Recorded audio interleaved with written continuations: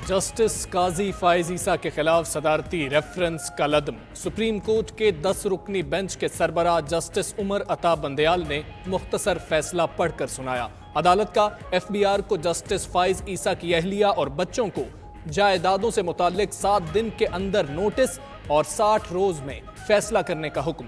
FBR हुक्काम फैसला करके 75 रोज में रजिस्ट्रार सुप्रीम कोर्ट को आगाह करने के पाबंद।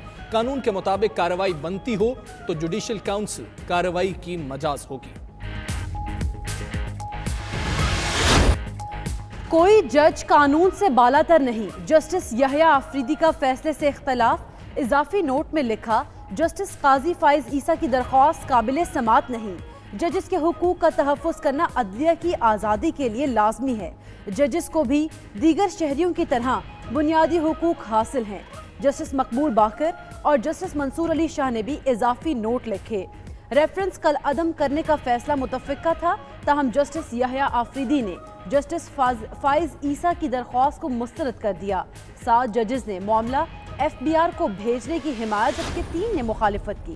नैब इंक्वायरी शहबाज शरीफ खानदान को अरबों रुपए कैसे मुंतकिल हुए, 92 न्यूज़ तफसीलात सामने ले आया। दस्तावेजात के मुताबिक शरीफ फैमिली को बैरून मुल्क से तरसीलात की मद में 1 अरब 59 करोड़ 30 लाख मुंतकिल हुए। सलमान शहबाज को 124 ट्रांजैक्शंस के जरिए 1 अरब 17 करोड़ 90 लाख रुपए मुंतकिल हुए।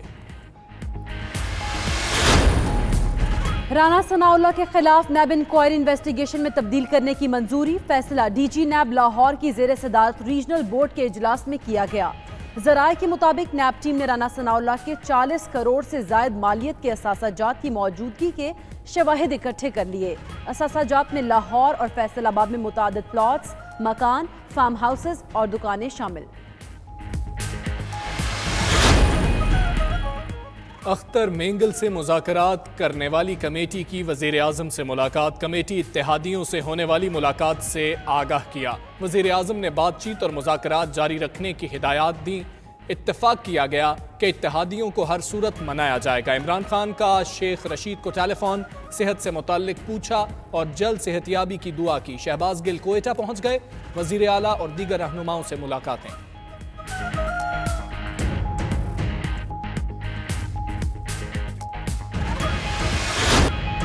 वज़ीर आज़म का नोटिस और कार्रवाई की हिदायत भी रायगां। मुल्क के मुख्तलिफ शहरों में पेट्रोल का बहरान बरकरार। ज्यादातर इलाकों में 19वें रोज भी शहरी पेट्रोल के लिए खवार होते रहे। लाहौर, कसूर, सियालकोट, गुजरावाला, लाड़काना, कोटली आज़ाद कश्मीर में पेट्रोलियम मसनूआत नायाब।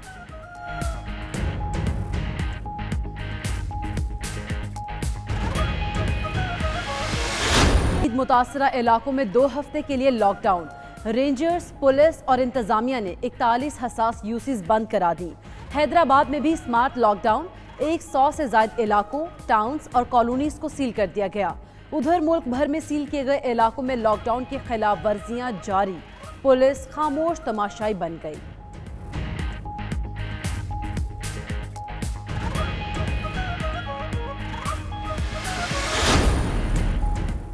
फैसलाबाद के मदीना टीचिंग हस्पताल में कोरोना वार्ड का इफ्तिताह हो गया। वार्ड में कोरोना के मरीजों के लिए 150 बेड्स मुख्तस कर दिए गए। अस्पताल को कोरोना पर पाकिस्तान के सबसे बड़े रिसर्च प्रोजेक्ट प्रोटेक्ट में शामिल भी कर लिया गया।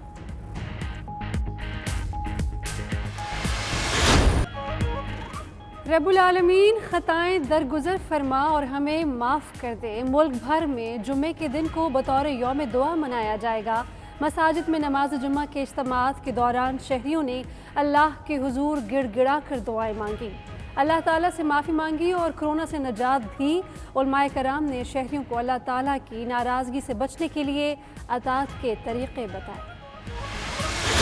सेहतयाब होने वाले अफराद प्लाज्मा अतिया करके शदीद बीमार अफराद की जिंदगी बचा सकते हैं। 03341920-268 पर व्हाट्सएप पैगाम भेजें। 92 न्यूज़ प्लाज्मा अतिया करने में आपकी मदद करेगा।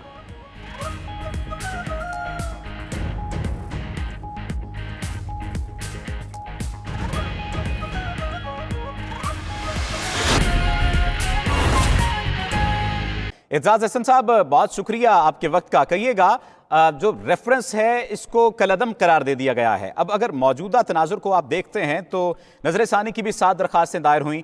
اب اس تمام تر صورتحال میں کیا منظرنامہ بنتا ہوا آپ دیکھتے ہیں؟ ایف بی آر کو 7 دن کا وقت دیا گیا ہے۔ پہلی تو بات یہ ہے کہ میرے پاس اس وقت کوئی مفصل فیصلہ تو ہے نہیں جو کچھ کہہ سکوں۔ دوسری بات یہ ہے کہ یہ ابھی تک یہی لگتا ہے کہ اس کو بدنیتی پہ میلف آئی ڈی کی بنیاد پہ کالعدم قرار دیا ہے 7 ججوں نے۔ اگر دیا ہے تو کس کی میلف آئی ڈی ہے؟ وہ وزیر اعظم کی ہے، وہ صدر کی ہے، وہ لا منسٹر کی ہے، اٹارنی جنرل کی ہے، اس کی بھی ہے۔ اس کو نوٹس دینا لازمی ہوتا ہے۔ یہ ریفرنس یوں ہی فیصلہ نہیں دیا جا سکتا کہ آپ بدنیتی پہ مبنی ہے۔ مبنیتی ایک کوشچن آف فیکٹ ہے یا کوشچن آف لا ہے، وہ میں اس پہ ابھی آتا ہوں، جس طرح افتخار محمد چودھری کے کیس میں تھا۔ جہاں تک کوشچن آف فیکٹ کا تعلق ہے، یہ لازم ہے کہ ثابت کیا جائے کہ جس شخص کی اس کو موقع دیا جائے، اس کو موقع دیا جائے کہ وہ کیا بتا سکے کہ میری بدنیتی نہیں ہوئی۔ غلطی اگر ہو گئی ہے تو ہو سکتی ہے۔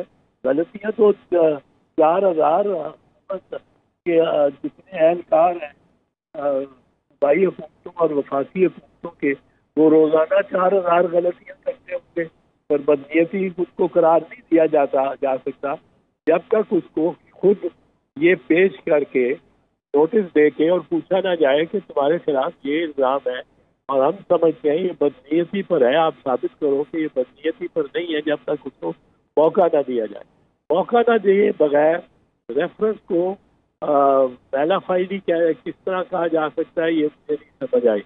دوسری بات یہ ہے کہ ایک وجہ تھی، جس طرح افتخار محمد چودھری کے کیس میں جو میں نے پٹیشن کی تھی سپریم کورٹ میں، اور یہ ثابت کرنے کی کوشش کی تھی کہ یہ بدنیتی پہ اور میلف آئی ڈی ان لا ہے، یعنی کمپیٹنٹ ہے، یہ ہو ہی نہیں سکتی ریفرنس۔